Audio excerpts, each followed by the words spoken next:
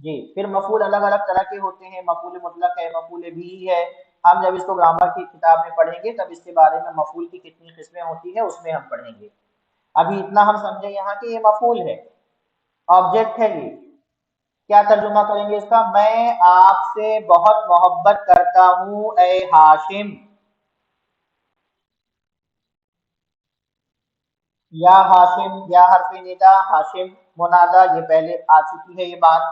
انکا طالب ذکی ومجتہد ذو خلق، انکا دیکھیے انکا کیسے ہو گیا یہاں پر، انکا اصل میں کیا تھا؟ انا پلس انتا تھا، انکا کو اگر الگ کریں گے تو کیا ہوگا؟ انا انتا، جب اس کو جوڑیں گے تو انکا ہو جائے گا، کیا ہو جائے گا؟ انکا، بے شک آپ، بے شک تم ایک ہوشیار طالب علم ہو۔ کا کیا ہے؟ اسم و انا ہے، کیا کیا ہے؟ اسم و انا ہے، منصوب ہے نا؟ طالب ذکی، انا کی خبر ہے، خبرو انا ہے، اور انا کی خبر حالت رفع میں رہتی ہے، پیش آتا ہے اس کو، واضح ہے یہ بات؟ آگے دیکھیے وَمُجْتَہِدٌ ذُو خُلُقٍ، اور بہت محنتی، آپ بہت محنتی ہیں اور با اخلاق ہیں، اخلاق والے ہیں۔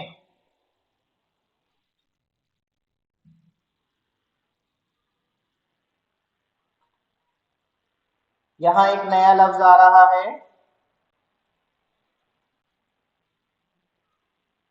ذو، ذو خلق، ذو کا مطلب کیا ہوتا ہے؟ والا، ذو والا، ذو کا مطلب ہے والا۔ اچھی طرح سے دھیان سے اس کو پڑھنا ہے، دھیان سے سنیے جو باتیں بتائی جا رہی ہیں، اور اس کو گھر میں مشق کیجیے آپ۔ یہ ہمیشہ مضاف ہو کر استعمال ہوتا ہے، یہ ہمیشہ مضاف ہو کر استعمال ہوتا ہے، ذو، اور اس کے بعد والا اسم اگر یہ مضاف ہوگا تو اس کے بعد والا اسم مضاف الیہ ہونے کی وجہ سے مجرور ہوتا ہے، مجرور ہوگا، مضاف الیہ ہوگا، یہ مضاف بنے گا تو اس کے بعد والا اسم کیا بنے گا؟ مضاف الیہ، اور مضاف الیہ کیا ہوتا ہے؟ مجرور ہوتا ہے، مضاف الیہ مجرور ہوتا ہے۔ ہم کو بولنا ہے مال والا، کیسے بولیں گے؟ ذو مال، ذو، ذو مال، مال والا، ذو مضاف ہے، مال مضاف الیہ ہے، مضاف الیہ ہونے کی وجہ سے مجرور ہے، دو پیش ہے۔ علم والا بولنا ہے تو کیسے بولیں گے؟ ذو علم، ذو علم، علم والا۔ تو یہ لفظ بہت ہی اہم ہے، بات چیت کے لیے استعمال، بار بار استعمال ہوگا، اس کا اعراب ہماری ترکیب ہمارے پاس ہمارے سامنے آ گئی۔ یہ مذکر واحد کا صیغہ ہے، کیا یہ ذو مذکر مؤنث دونوں کے لیے استعمال ہوگا؟ نہیں، یہ مذکر واحد کا صیغہ ہے، اس کا مؤنث کیا ہے؟ مؤنث واحد کیا ہے؟ ذاتو، کیا ہے؟ ذاتو۔ ابھی مذکر آیا ہے اور واحد آیا ہے، اس کا جمع کیا ہے دیکھ لیجیے، جب آگے آئے گا تو اس میں استعمال ہوگا۔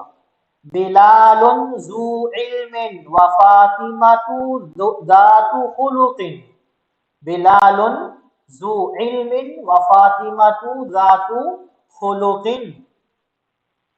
بلال با علم ہے، علم والا ہے، اور فاطمہ با اخلاق ہے، اخلاق والی ہے۔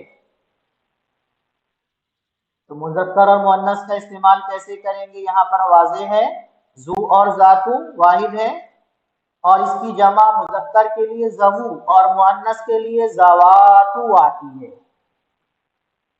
مذکر کے لیے ذو اور مؤنث کے لیے